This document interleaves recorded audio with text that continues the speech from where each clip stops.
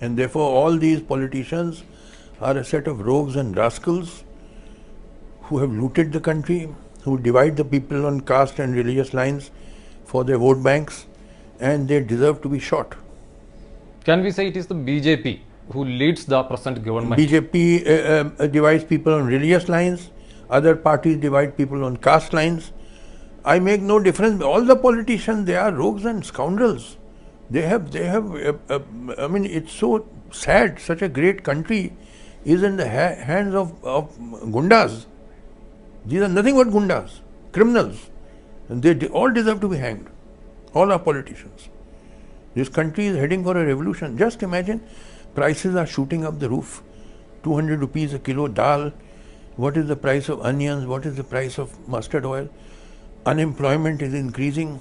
Massive unemployment in the country. The crisis, it is all heading towards a crisis.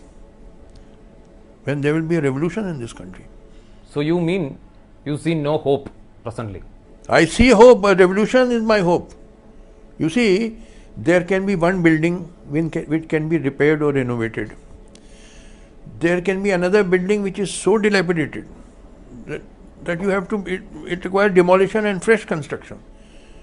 So, there is no construction without destruction. You have to destroy this system. It is outdated. Our constitution has exhausted itself. All our institutions have collapsed. Do we have a parliament? The whole monsoon session was washed out. Shouting, screaming, there was no business transacted.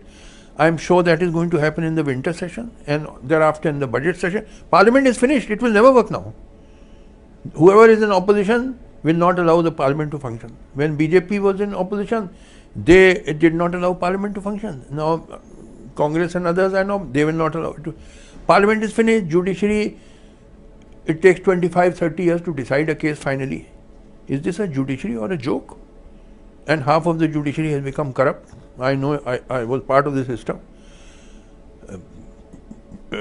Bureaucracy is largely corrupt. Everything has collapsed in this country.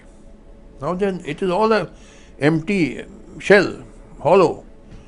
So it requires a revolution. By revolution, you mean revolution in real meaning or some change in the system? Yes, change. Real meaning is complete change. We have to have a just social order where the standard of living of the people is rising. You see, the test of every system is one and only one. Is the standard of living of the masses rising in that system or not? Whether you call it capitalism or socialism or communism or any ism, the test is only one: is the standard of living of the masses rising or not? So we have to create a system in which the standard of living of the masses keeps rising. That can only come by a revolution. Therefore, the solution to our country's problems do not lie within the system, they lie outside the system, which means the system has to be destroyed. This system will not allow progress to take place. You are seeing prices are rising, unemployment is rising. All this talk of Vikas has proved to be hollow. Where is the development? So it was all a fraud. You said about corruption. Also, we discussed about communalism. What is more dangerous? See, both are dangerous and they are complementary to each other. This is a country of great diversity. So many religions, so many castes, so many languages, so many ethnic groups. So the only way to keep united and progress is secularism and giving equal respect to everybody. So communalism is an enemy of this nation. All those who are communal are traitors to this nation, enemies. And similarly, casteism is also an enemy to the nation. Corruption is also an enemy to the nation. At every level there is corruption in this country. So very tough measures have to be taken, which is not possible within the system. It is when some kind of, like in the French Revolution, when it came, then they guillotined all these aristocrats.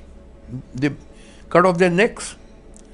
You have to do the same, because these fellows, these politicians are incorrigible. They cannot be reformed. They have to be shot or hanged. They will not change them like a leopard who cannot change his spots. These politicians will not change their nature.